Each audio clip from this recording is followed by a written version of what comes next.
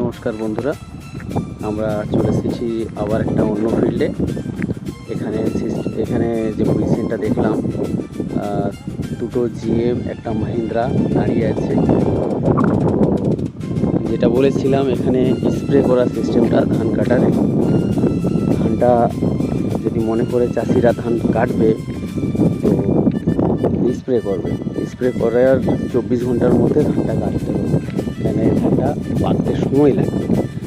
কেননা পাকতে সময় দেবে না এরা, এই কারণে যে পরে ধানটা চাষ করতে হবে, সেই কারণে এরা স্প্রে করে কম সময়ের মধ্যে ধানটা পাকিয়ে কেটে নেয়।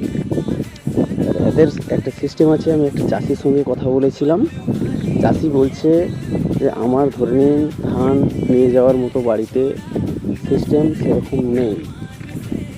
আমার ধরে নিন একটা ট্রাক্টর আছে, ওতে যতটা ধান ধরবে আমি ততটাই কাটবো, ওর বেশি আমি কাটতে পারবো না। তো ওই হিসাবে দুটো জমি ধরে নিন ধান কাটবে, একটা ট্রাক্টরে নিয়ে যাবে, ওই হিসাবে ধান কাটবে, তারপরে আবার অন্য জায়গায় শিফটিং হবে।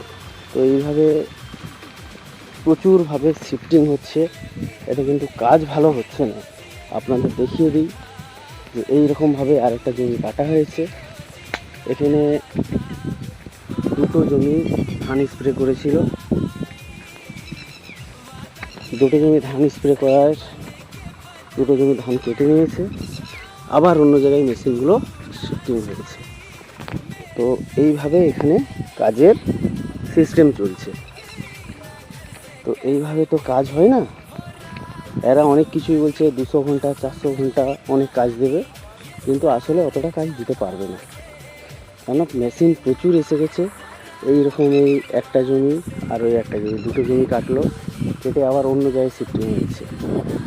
এইভাবে তো কাজ হয় না। মাঠ যেমন আছে, মাঠ প্রচুর আছে, কিন্তু মেশিনও প্রচুর আছে।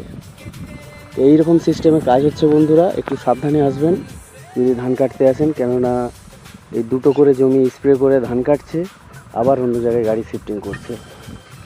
তো কাজ হবে না, শুধু গাড়ি শিফটিং হবে আর খরচা হবে।